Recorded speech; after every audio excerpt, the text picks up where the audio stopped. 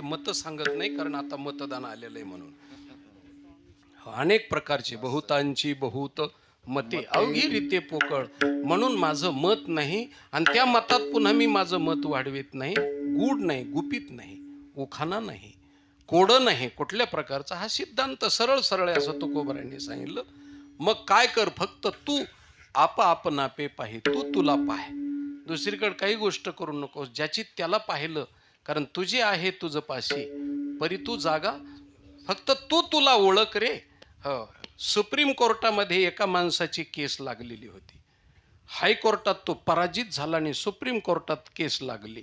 आणि सुप्रीम कोर्टाचं म्हणजे आपल्या हायकोर्टासारखं जिल्हा न्यायालयासारखं नसतं, कारण इथं एकदा गुत्ती दिली, उक्ती दिली केस, हो इतके पैसे तुम्हाला हे केसचे आम्हाला जिंकून द्या, असं वकिलाला सांगता येतं आपल्या जिल्हा न्यायालयाला पुन्हा हायकोर्टामध्ये.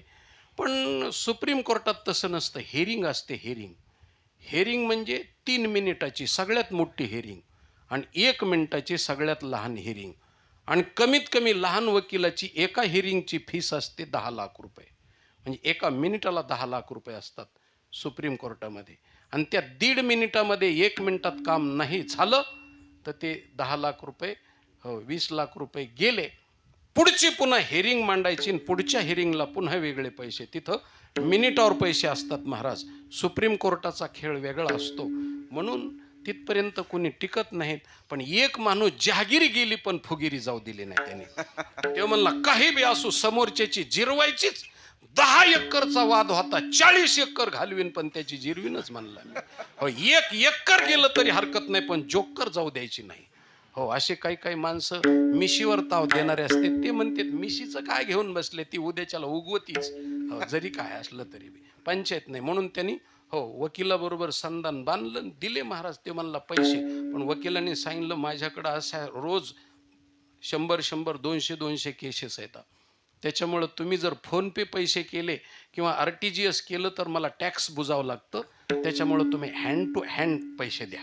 हो, असे हातातले हातात पैसे द्या. म्हणलं ठीक आहे म्हणल्यानंतर मग तो माणूस हो रेल्वेनं पुण्यात बसला. पुण्यातून पैसे घेऊन बसला 10 लाख रुपये एका हेरिंगचे, मिनिटाचे, फक्त एका मिनिटाचे 10 लाख रुपये घेऊन बसला. आणि बसल्यानंतर एका हेरगिरी करणाऱ्या चोरानं हेरगिरी केली आणि ह्याच्याकडे 10 लाख रुपये आहेत असं पाहिलं. आणि मग त्यांनी काय केलं की त्याच्या शेजारचा जो माणूस होता त्या माणसाला 15,000 रुपये दिले आणि सांगितलं तू माझ्या सीटावर बस, मी तुझ्या सीटावर बसतो. आणि समोरासमोर त्याला 15,000 रुपये दिले खर्च, कारण पैसे खर्च केल्याशिवाय बाकीच्या गोष्टी होतच नाहीत. म्हणून त्याच्याकरता आपलं लहान लेकरू सुद्धा बिन पैशाचा मुका देत नाही महाराज, असं शास्त्र आहे. त्याला मुका घ्यायचा असला, त्याला माहिती 4 वेळेस ह्यानी फुकट आणलेला आहे म्हणून.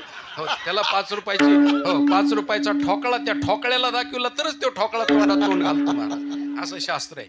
म्हणून त्याच्याकरता मग ह्यांनी हो पैसे खर्च केले, त्याला तिकडं बसवलं, ती उठारेट्या सगळ्या केल्या.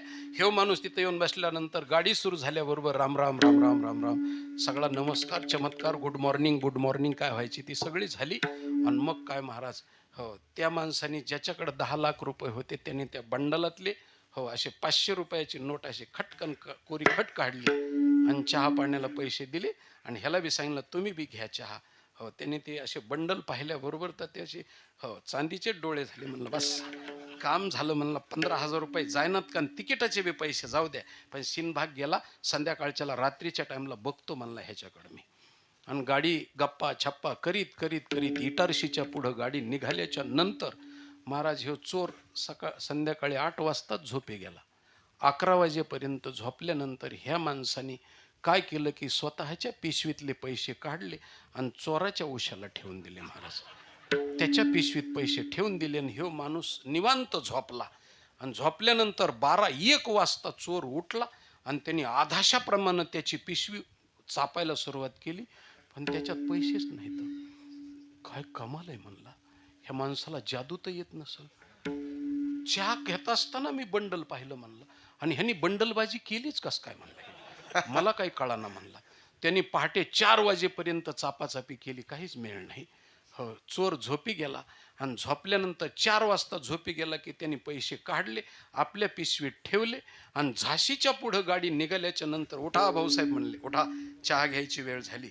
हो, तो धडपडून उठल्या बरोबर ह्यांनी बंडलातली 500 रुपयाची नोट काढली आणि त्याच्या डोळ्या लेखता चहा पाण्याला दिल्या बरोबर हो त्याचे चांदीचे डोळे झाले असे.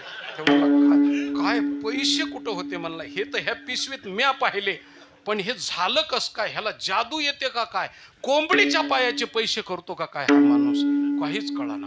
धडधड धडधड काळीच करायला लागलं. पण म्हणला आग्र्याच्या पुढे निघाल्यावर अजून एक रात्र आपल्या हातात आहे म्हणला. हो, आणि बरोबर आग्र्याच्या पुढे गाडी निघाली की हे झोपी गेला चोर, ह्याने पैसे काढले आणि त्याच्या पिशवीत उशाला ठेवून दिले. हो, आणि बरोबर महाराज मथुरेच्या पुढे गाडी निघाली की हे उठला 12 वाजता चोर असा.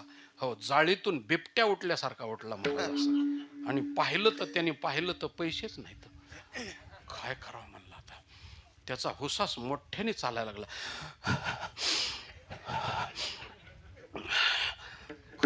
काय झालं काय म्हणला, काय कुठं बिघडलं माझ्याकडून, काय होतंय काही कळाना. हो, 4 वाजेपर्यंत घालमेल झाली, झोपला निवांत. हो, पुन्हा दिल्लीमध्ये उतरत असताना 8 वाजले होते. त्यांनी पैसे काढले, आपल्या पिशवीत ठेवले आणि चोरन तो मालक दोघे उतरले. आणि उतरल्याबरोबर हो सांगितलं, आता शेवटचा चहा घ्या म्हणले. बंडालातली 500ची नोट काढली की चहा पाण्याला पैसे दिले. म्हणला ह्या पिशवीत मी बंडल पाहिलं, पण ही काय भानगड झाली. त्यांनी सांगितलं, मी तुम्हाला 50,000 रुपये देतो, पण ही मला युक्ती तुमची मला सांगा काय आहे.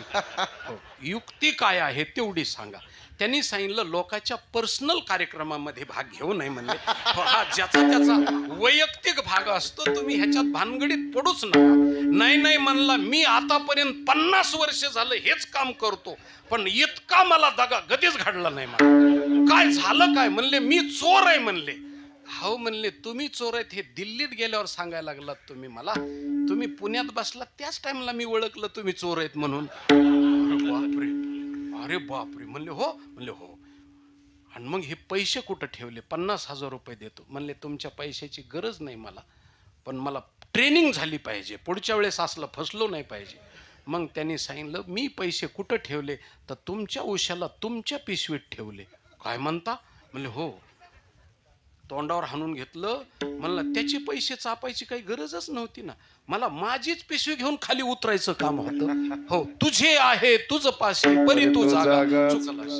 अरे तुझा तुझ्या जवळ आहे, दुसरीकडे शोधायची गरज नाही. तुकाराम महाराजांनी सांगितलं, तू आपण आपे, फक्त तू तुला ओळख. दुसऱ्याला ओळखीण्याच्या भानगडीत पडलास म्हणून त्याच्याकरता तुला सापडलं नाही. तू तुला ओळख म्हणजे कळेल. आणि हे कळण्याकरता